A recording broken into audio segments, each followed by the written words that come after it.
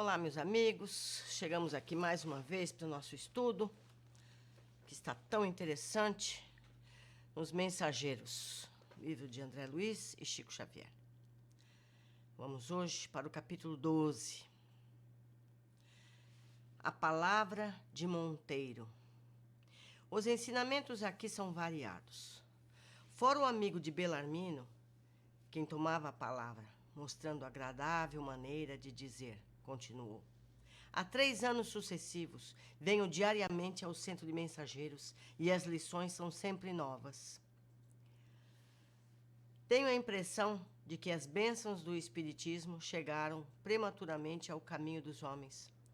Se minha confiança no Pai fosse menos segura, admitiria essa conclusão.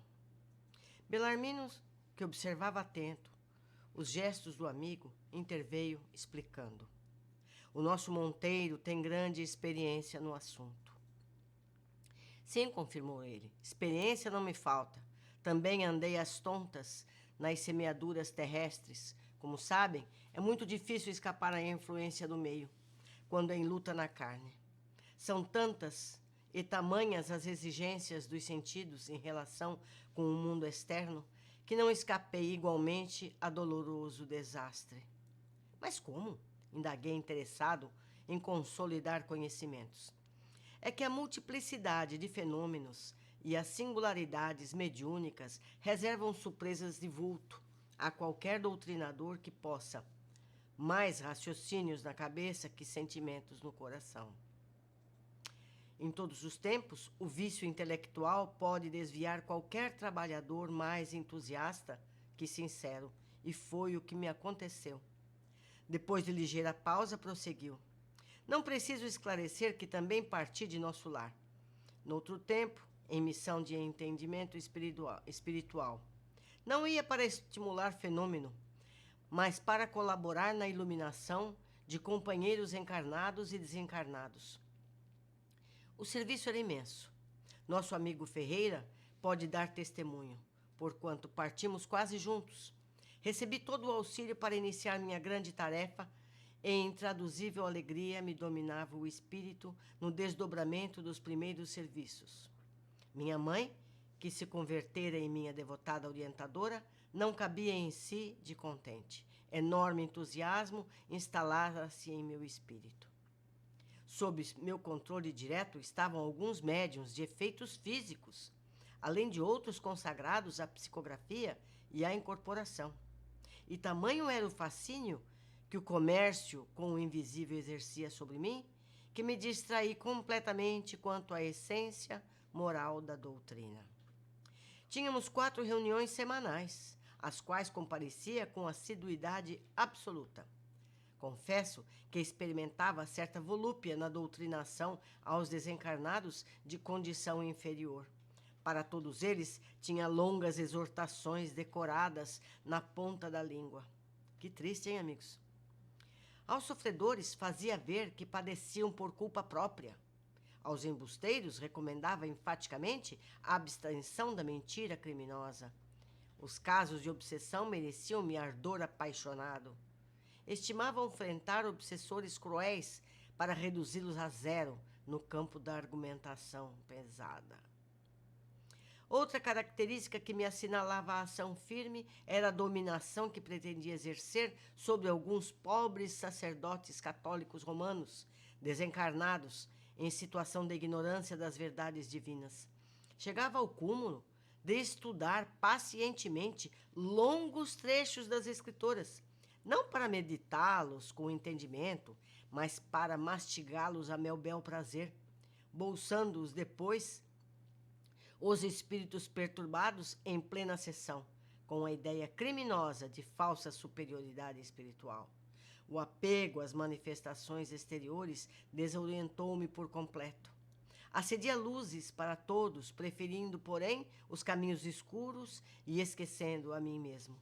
Somente aqui, de volta, pude verificar a extensão da minha cegueira.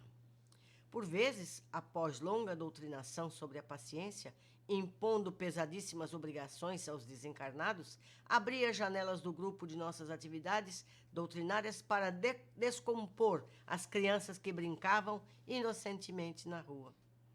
Bela paciência ele tinha. Concitava os perturbados invisíveis a conservarem serenidade para, daí a instante, repreender senhoras humildes, presentes à reunião, quando não podiam conter pranto de algum pequenino enfermo. Isso quando as coisas mínimas, porque no meu estabelecimento comercial, minhas atitudes eram inflexíveis. Raro o mês em que não mandasse promissórias a protesto público. Lembro-me que alguns varejistas menos felizes, que me rogavam prazo, desculpas, proteção, nada me demovia. Porém, os advogados conheciam minhas deliberações implacáveis, passavam os dias no escritório estudando as melhores maneiras de perseguir os clientes em atraso. Entre preocupações e observações, nem sempre muito retas, e à noite ia ensinar o amor aos semelhantes, a paciência, a doçura, exaltando o sofrimento e a luta como estradas benditas de preparação para Deus. Complicado, né? Andava cego. Não conseguia perceber que a existência terrestre, por si só, é uma sessão permanente. Talhava o espiritismo ao meu modo, toda a proteção e garantia para mim, e valiosos conselhos ao próximo. Ao demais disso, não conseguia retirar a mente dos espetáculos exteriores. Fora das sessões práticas, minha atividade doutrinária consistia em vastíssimos comentários dos fenômenos observados, duelos palavrosos, narrações de acontecimentos insólitos, crítica rigorosa dos médiuns. Monteiro deteve-se um momento, sorriu e continuou. De desvio em desvio, a angina encontrou-me absolutamente distraído da realidade essencial. Passei para cá, qual demente necessitado de hospício.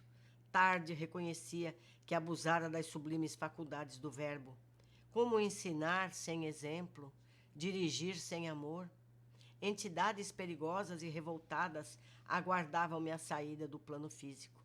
Sentia, porém, comigo o singular fenômeno. Meu raciocínio pedia socorro divino, mas meus sentimentos agarravam-se a objetivos inferiores. Minha cabeça dirigia-se ao céu, em súplica, mas o coração colava-se à terra. Nesse estado triste, vi-me rodeado de seres malévolos que me repetiam longas frases de nossas sessões. Com atitude irônica, rememoravam-me serenidade, paciência e perdão às alheias faltas. Perguntavam-me, igualmente, por que não me desgarrava do mundo, estando já desencarnado?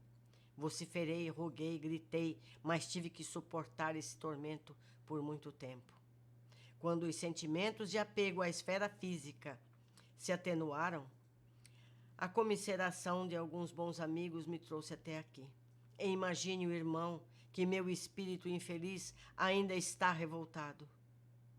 Sentia-me descontente. Não havia fomentado as sessões de intercâmbio entre os dois planos? Não me consagrara ao esclarecimento dos desencarnados? Percebendo-me a irritação ridícula, amigos generosos submeteram-me a tratamento. Não fiquei satisfeito. Pedi à ministra veneranda uma audiência, visto ter sido ela a intercessora da minha oportunidade. Queria explicações que pudesse atender ao meu capricho individual. Olha só! A ministra é sempre muito ocupada, mas sempre atenciosa. Não marcou audiência, dada a insensatez da solicitação. No entanto, por demasia de gentileza, visitou-me em ocasião que reservava ao seu descanso. Olha só, na hora de descanso dela, ela foi visitá-lo. Crivei-lhe os ouvidos de lamentações, chorei amargamente, e durante 2 horas ouviu-me a benfeitora por um prodígio de paciência evangélica. Em silêncio expressivo, deixou que me cansasse na exposição longa e inútil. Quando me calei, à espera de palavras que alimentasse o monstro da minha incompreensão, veneranda sorriu e respondeu: Monteiro, meu amigo, a causa de sua derrota não é complexa, nem difícil de explicar. Entregou-se você excessivamente ao espiritismo prático, junto dos homens, nossos irmãos, mas nunca se interessou pela verdadeira prática do Espiritismo junto a Jesus, nosso Mestre. Aqui, meus irmãos, a importância do Evangelho. Nós precisamos ter o Evangelho todos os dias em nossa mente. Todo dia ler uma passagem, todo dia pensar a respeito. Isso parece beatice, mas não é. Isso pode ser nossa tábua de salvação. Nesse instante, Monteiro fez longa pausa, pensou uns momentos e falou comovido. Desde então, minha atitude mudou muitíssimo, entendeu? Aturdido com a lição profunda, respondi mastigando palavras como quem pensa mais para falar menos. Sim, sim, estou procurando compreender. É complicado. Vamos ver o que eu anotei aqui para comentar. Primeiro, Belarmino segue dizendo que tinha grande prazer nas oportunidades em que recebia infelizes para orientar, exaltando as culpas desses infelizes, em lugar de acolher e orientar para o futuro. Fazia o papel de autoridade, que tudo sabe e nada sente, sem empatia com os infelizes. O que aconteceu? Ele foi se encontrar na mesma situação, ou pior, do que aqueles que ele deveria atender. Porque aqueles que ele deveria ter atendido eram ignorantes. Ele, no entanto, tinha aprendido, tinha tido todas as oportunidades de entendimento e orientação. 2. São vários os relatos de Belarmino mostrando que ele pregava uma coisa e fazia exatamente o oposto. Isso possibilita que os espíritos que chegam para serem orientados questionem esse orientador, pois sabem dos comportamentos dele errado fora do centro espírita. Ilusão achar que você pode enganar. Eles acompanham as pessoas o tempo todo, sabem muito bem quem é quem. 3, apesar dos sofrimentos no umbral, ouvindo ele mesmo o que repetia aos que iam buscar esclarecimentos, ainda assim não entendeu os motivos de seu estado deplorável. Recorreu à veneranda, que o atendeu em momento em que ela poderia estar descansando. Então ouviu o que muitos de nós temos que ouvir: menos palavras e mais ação. O Evangelho, antes das lições decoradas, práticas em lugar de teóricas. Evangelho, Evangelho e Evangelho, antes das letras frias. Meus amigos, essa lição é para todos nós. Todos nós. Porque nós sabemos muito bem apontar o dedo aos outros. Mas precisamos olhar no nosso espelho interior, procurar nos corrigir. Quando for fazer uma recomendação a alguém, olhar se a gente não faz o mesmo erro. Não é fácil, todos sabemos. E, como eu havia dito, o Evangelho é nossa tábua de salvação.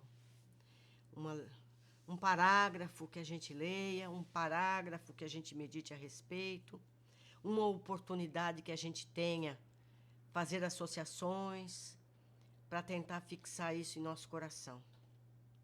Foi muito bom estar com vocês. Eu aguardo o comentário que vocês tiverem para fazer para a gente. Anotem nos comentários. Se possível, inscrevam-se no canal.